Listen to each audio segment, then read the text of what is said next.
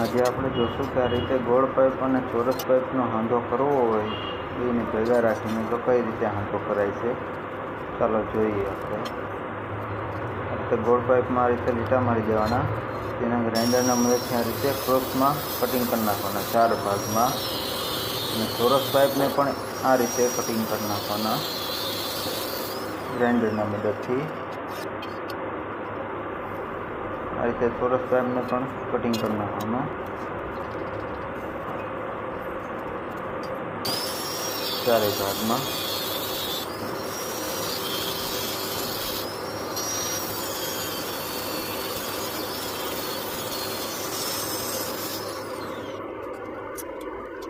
આને સહેજ આ રીતે વાળી નાખવાના, જેમાં આ રીતે પાઇપ રાખી ટાંકા મારી દઈશું.